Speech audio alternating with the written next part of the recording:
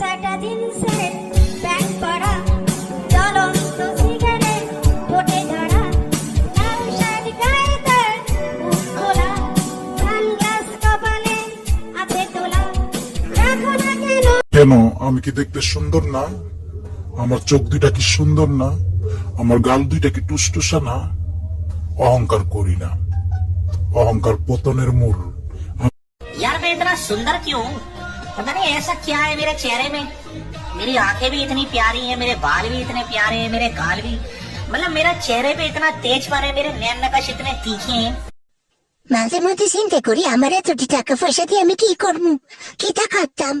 তারপরে আমার মনে পড়ে যে ও মা গো, আমার তো কোনো টাকা পয়সাই নেই।